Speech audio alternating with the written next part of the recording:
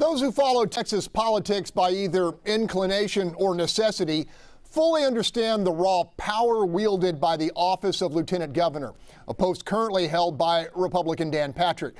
To put it simply, no bill, no budget, no congratulatory proclamation gets through the legislature without his say-so. Democrats have coveted that degree of stroke since Bob Bullock left the office more than 2 decades ago. In 2018, Houston businessman and Biden advisor Mike Collier got within 4.5 points of Patrick and believes he can erase that gap this cycle. But first, Collier must get past former George Bush aide turned Democrat Matthew Dowd and Carrollton State Representative Michelle Beckley. Panel, 2 questions. Is Dan Patrick at all vulnerable, and which of these Democrats will be his likely opponent? I'm going to start with you, Mustafa. Well, look, I think that Matthew Dowd is an interesting candidate. It's very hard for Republicans to call him socialist or all the things that generally call Democrats just all the time. So Matthew Dowd is effective. I think he also has the ability to get on television across the country. And for Texas, if you're going to be known, you have to hit the national media market. And Matthew Dowd's got that advantage. Lieutenant Governor Patrick is vulnerable. He has been vulnerable. He has not had a significant challenge. And this cycle, he's likely to get it. All right, Mark, what's your take on this?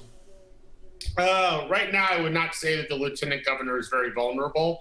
As a somewhat down ballot race, it would require a Democrat to have a high profile and raise quite a bit of money. And we haven't, neither of these 3 candidates, I think, are going to be able to do that.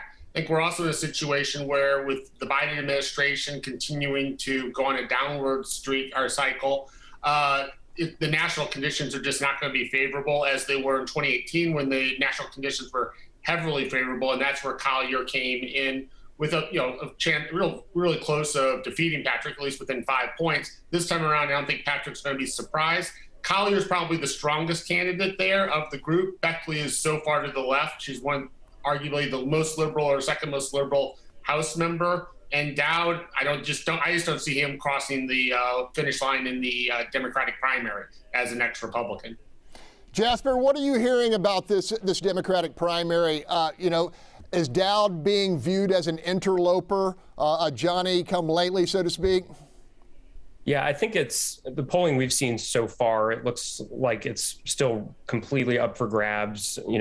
Before Beckley got into the race, Dowd and Collier were both sort of jockeying for the lead, if you could even call it that, because there's so many voters who haven't even heard of the candidates or made up their minds yet. But one interesting thing to watch with Beckley is, if she seems to sort of occupy a different lane than Dowd and Collier, who, might be sort of vying for similar constituencies. So that could be one thing that could help Beckley in the primary, along with, like Mark was saying, her rather liberal voting record. Kyra, what are you hearing about this race? Well, it's early days, but I think, the entrance of Beckley into the race is interesting because 60% of Democratic primary voters in Texas are women. You can assume that the primary electorate knows virtually nothing about any of these candidates, and there may be some more who join in the next 3 weeks or so before filing closes. So regardless of issue and policy positions or ideology, I suspect that Beckley is in a strong position to at least make a runoff simply based on her gender. And who gets that other spot with her, I think, remains to be seen. I tend to agree with Mark that I think Collier may be advantaged, having run a couple of times statewide before. That wouldn't surprise me to see a runoff between those two, and then it just comes down to who would come back in the runoff situation. We'll keep our eye on it. Still ahead.